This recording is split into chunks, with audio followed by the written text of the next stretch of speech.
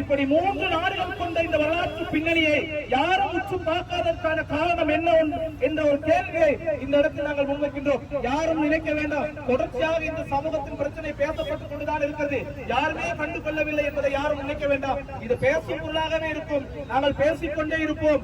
203 வயது வேதனையை தினந்தோறும் உலக வரலாற்றில் எழுதி வைத்துக் கொள்ளுங்கள். தினந்தோறும் ரத்தம் சிந்திக்கொண்டு உழைத்து கொடுக்கும் ஒரே இனம் மலையக சமூகம் என்பதை நீங்கள் விளங்கிக் கொள்ளுங்கள்.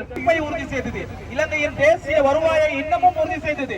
கோவிட் வருகின்ற பொழுதும் தேயிலை தோட்டங்களிலும் ரப்பர் தோட்டங்களிலும் மலையக மக்கள் இருந்தார்கள். சுனாமி வருகின்ற பொழுதிலும் எவ்வித அச்சமில்லாமல் தேயிலை தோட்டங்களிலும் ரப்பர் தோட்டங்களிலும் மலையக மக்கள் உழைத்தார்கள்.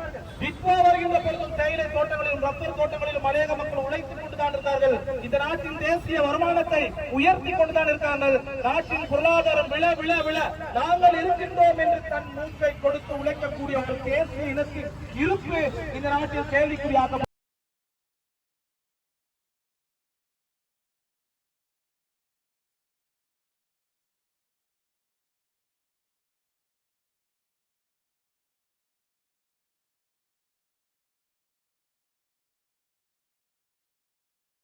அனைவருக்கும் அன்பான வணக்கம்.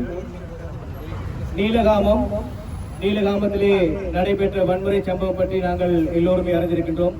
உண்மையில் ஒரு தனி இராணுவத்தை தோட்ட நிர்வாகம் அங்கே நடத்தி கொண்டிருக்கின்றது. முன்னாள் இராணுவ வீரர்களை அழைத்து வைத்து அவர்களுக்கு தனி பங்களா கொடுத்து மிகப்பெரிய சம்பளத்தை வருமானமாக கொடுத்து இன்று எங்களுடைய மக்களை இன்னும் எழுதப்படாத அடிமை சாசனத்துக்குள் வைத்து எழுதப்படாத வகையிலே அடிமைகளாக கூட்டு அடிமைகளாக வைத்து நடத்தி கொண்டிருக்கின்றது. எங்களுடைய தோட்டத்திலே ஒரு வாழை மரம் கூட நட முடியாது. அந்த வாழை மரத்தை உடனடியாக வெற்றி அகற்றி விடுகிறார்கள். ஒரு தற்காலிக கூடாரத்தை அமைக்க முடியவில்லை, உடனடியாக அதனை அடித்து நொறுக்குகிறார்கள். எங்களுடைய தாய்மார்கள் எங்களுடைய கொழுந்து மலைகளிலே அல்லது ரப்பர் தோட்டங்களிலே வேலை செய்யும் போது ரகசியமாக அவர்களை உற்று பார்த்து தேவையில்லாத பாலியல் தொந்தரவுகளை கொடுக்கிறார்கள். இப்படியே இந்த விடயத்தை நாங்கள் தொடர்ந்து விட்டுவிட முடியாது. இது நீலகாமத்திலே ஆரம்பம் மட்டுமல்ல, தலுகொலையிலே நடந்தது, வேறு தோட்டங்களிலே வெள்ளாந்துறையிலே கடந்த வருடம் நடைபெற்றது என்று பல வரலாறுகளை சொல்லிவிட்டு போகலாம்.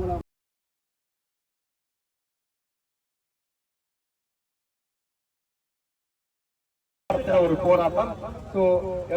இதை மலையகத்தில் இருக்கக்கூடிய முதல்ல ஊடகவியலாளர்கள் தான் இதை ஏற்பாடு செய்திருந்தோம். அதுக்கு பிறகு சிவில் அமைப்புகள் கை கோர்த்தாங்க. அதுக்கு பிறகு அரசியல் கட்சிகள் எங்களுக்கு ஆதரவு தெரிவிச்சிருக்காங்க. இப்படி அது மத குருமார்கள் மௌலவிமார் எல்லாருமே ஆதரவு தெரிவித்த போராட்டம் இப்ப